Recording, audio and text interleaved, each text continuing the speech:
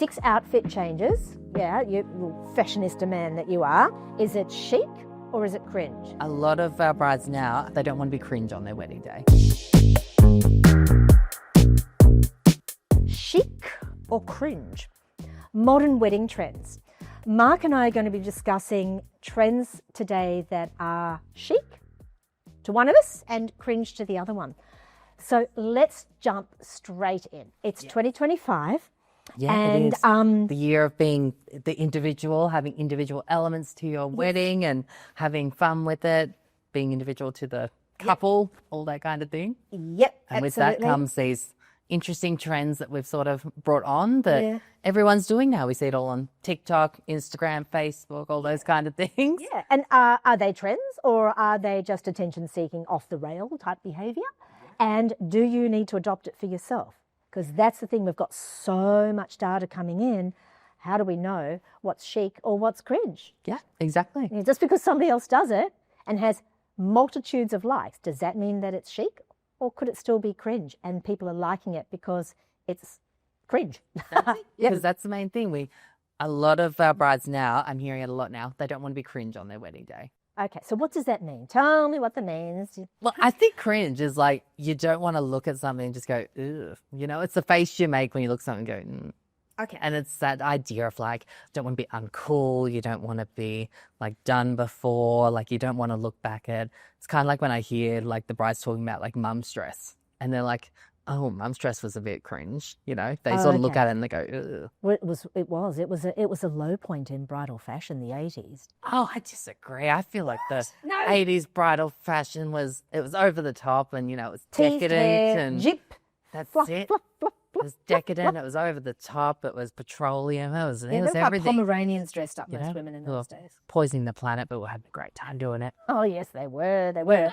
So the cringe. So this is the word. Yeah. Our new brides are using the word cringe. Yes. Okay. So what's authentic and what's not? Now, the new brides are talking about authenticity. They're talking about vibe. So cringe. They get to the end of the aisle. They do the kiss, the dip. Is that cringe?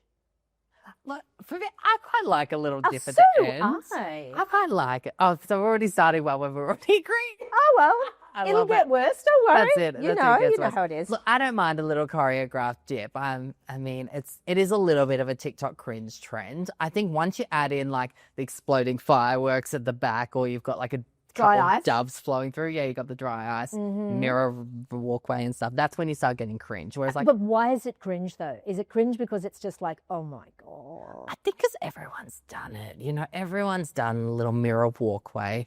And I mean, for me as well, I don't know about you, I'm waiting for someone to step on it and crack it. Like I'm just looking, waiting for it to like, Okay. In it, the it heel. scares me a little. Yeah. It's just, oof.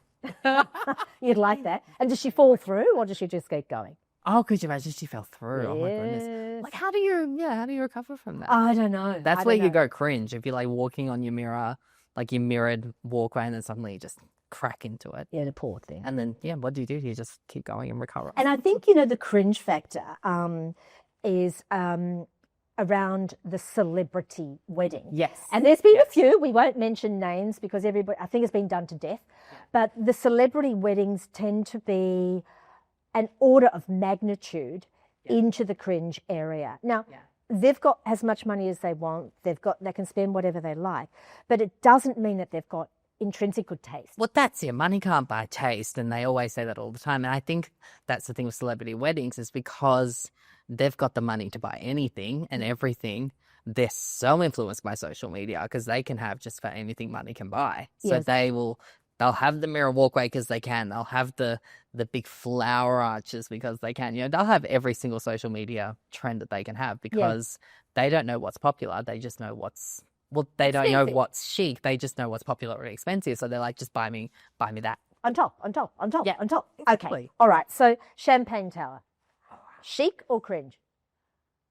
I'm a little over the champagne tower. I feel like it's a little cringe. Like, okay, come on, take a position. It's all well and good to have a champagne tower, but I always see them falling down and like, how do you reach the top of a champagne tower? Because if you take one from the bottom, it's going to fall down. I don't know. Visually, it's very beautiful. So I think from a photographic point of view, it's probably a bit more chic.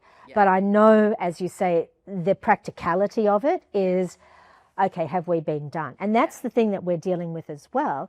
And while we're having this chat is you've got to ultimately work out what you like yourself because things are moving so quickly.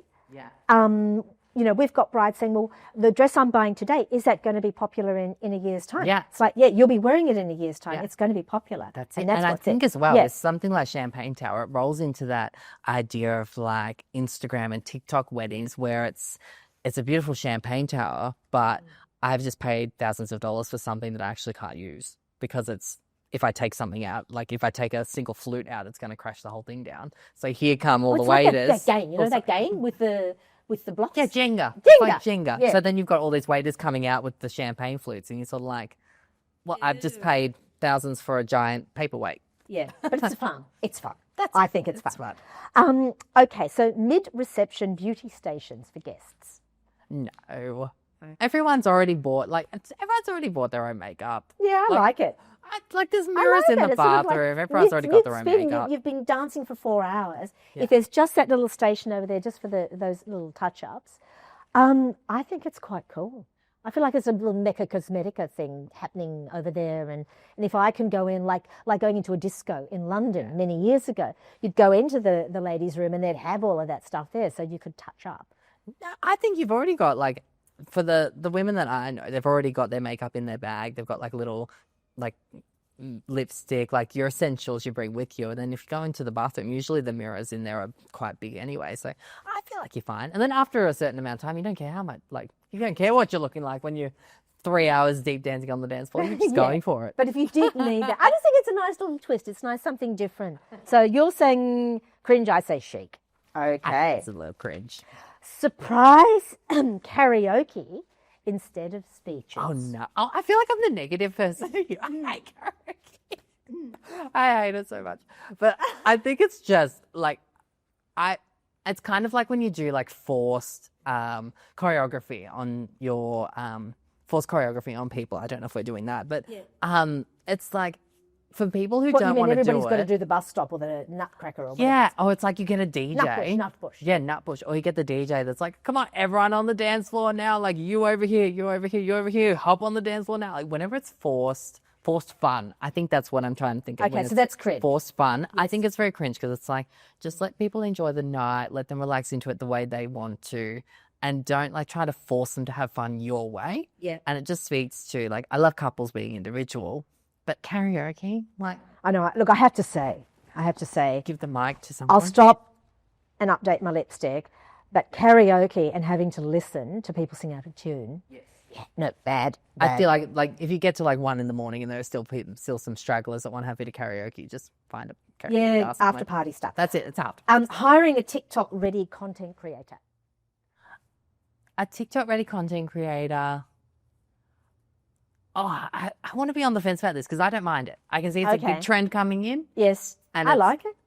I like it because it's a bit reality show. Yeah, but maybe that's what it's about, and I think it takes the pressure off the couple. Yeah, getting married. Yeah, if they're wanting to have that quick pulse party moment, to have the TikTok thing is key. We're agreeing. Look, oh my God. Okay. I know how long like photographers take to get photos back, but I also, if say I was getting married, I would love just great, well shot, a photographer that's got an aesthetic. I would love those sort of photos versus grainy, blurry. I'm walking through Melbourne, but it's off center and it's all blurry kind of videos on chic. TikTok to send. Like, I know it's very chic, but I think that's chic. No, I don't think I need it. Really? No, I would. I need that on my... I love that sort of blurred thing. That's really in at the moment as well. And but, you know, the girls coming in with the old cameras, it's like, holy moly, take me back to 15. No, it takes me back to 15 where I'm like, you're sitting at the table and you've got little Kodak blurry cameras and people take them and you end up with someone's butt on the end of the Or do you think it should be left to the professionals who know what they're talking about and what they're doing? Because there's blurred... And then there's blurred, and then there's art, and then there's awful. Yeah. And I think it could be left to the professionals, and I think it's the idea that anyone with a camera or anyone with an iPhone can now be a content creator. You know who you are. And it's that sort of thing where it's like if it's starting to get a bit watered down, I think, where like content creators are going into the realm of everyone can do it now. Yeah. And I feel like a great wedding photographer, that's where it shines. But I can also see it being a bit stiff and a bit sort of manufactured as well. Yeah. So I can see where people want kind of the real stuff of the day, as opposed to like stiff family photos where you've got every second cousin lined up next to you. Yeah. I can see that. I can see both. Yes. Yeah. I think so. It's, as long as they don't, then the biggest thing that the photographers have is they want to get an amazing shot, and if they're staying and they want to, this is the cringe for that, is that if they're in contest with somebody else doing it, they've got to get the ducks lined up, I think. Yeah, exactly. They've got to sort of work together instead of trying to like. Yeah, or at least know that the other party is there. Well, the content creator's going to know that the photographer's there. Yeah, I think know what each other does. Yes, and what they do. Yeah. I mean, people love the content creator, and the thing about the content creator is inside 24 hours, you've got something. Yeah. And that's something that they like. But if you're after that quality and the keepsakes, then it's working in harmony. Yeah. Okay, 6 outfit changes. Yeah, you fashionista man that you are. Is it chic or is it cringe? I love fashion, but no, I don't love multiple outfit changes. Like, I know we're in a bridal store, but I don't. I feel like get one really stunning dress, stay in it for the rest of your night. You don't have to worry about it. And like, you bustle it, you like do stuff to it to make sure it's like movable and walkable. Yep. Like, I don't mind if you've got a big dress and you want to change into something a bit more fun later for. See, I'm all for it. I think it's very chic. Like you say, have that ceremony moment. Be big, be big, be big. And then you can go, okay, if I've got to get on the dance floor and do this amazing dance that we've prepared, that isn't the bridal waltz anymore. That's cringe. But unless you want to do it, I mean, who am I to say? But then to change into something else that allows you to just be free. Yeah. But 6 over the top. Let's face it, it's been a curious time in our world with economy and interest rates and that whole scene that the globe is dealing with at the moment. Yeah. Sustainability is important to the new bride. Yeah. And so a couple of changes are incorporating that, and then being able to repurpose the gown to something else afterwards. That's a whole other episode. But maybe 6 is a bit over the top. I think 6, yeah. I don't mind a 1, and now we're seeing girls, even or brides, women, changing into however you identify. Now we're seeing brides change into from just a top of their main dress into a different skirt, so they can change into those kind of things. Like, I think we're really seeing. Yeah, just making the most out of your wedding outfit. I think brides are doing it not just for money, but they're doing it because they love their dress so much. So if I can keep as much of it on as I can, let me do that. Brides make tiaras or mini veils?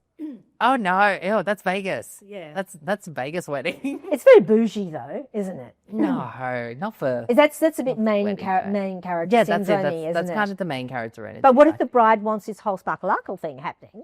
Then look, I think you can make anything work. It's cringe, isn't it? It's ghastly. I don't like it. I think it's like what Prada does. She picks something she hates and then she tries to make it work within her collection. So I think you can make anything work within.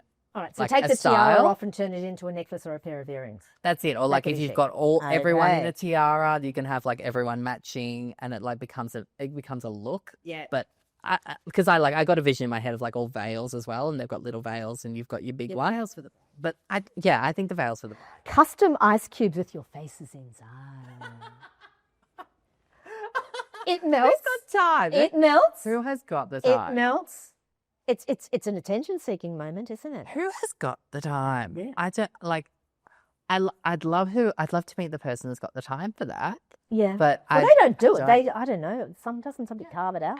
But the thing is, it's like the swans. That's it. Do you know what I just recently saw? And I'll admit, I looked at it and went, "Wow, who's got time for that?" It was the ice. It was an ice sculpture, and it was like I can't remember what they called it. It's when you slalom, they called it a slalom, and it was a espresso martini where you poured it at the top and it slalomed all the way through down the bottom, and it came out cool. iced. And I was like, "Oh no, that's cool. That is chic." That is Oh, you're chic. like- Okay, you've turned something horrible into something very, very chic. Oh, great. So we're doing like an upgrade on the swan sculpture. Yes. Yeah, the swan sculpture's gone. Yeah, but the thing about the They're doing faces, espresso mate. yeah, are you sipping your ego? You know, but I love that. That's really amazing. You have to tell me where you got that from. Choreograph first dance with a costume change.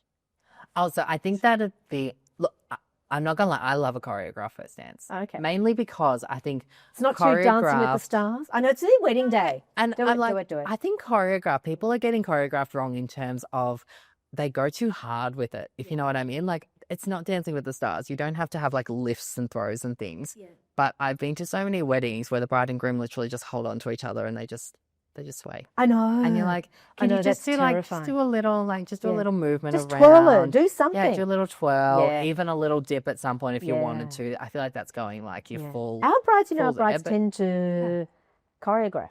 They do. I've and I seen think- them when we look at our Yeah. Instagram post and we look at all of those, and even the ones that we do share on YouTube. Yeah.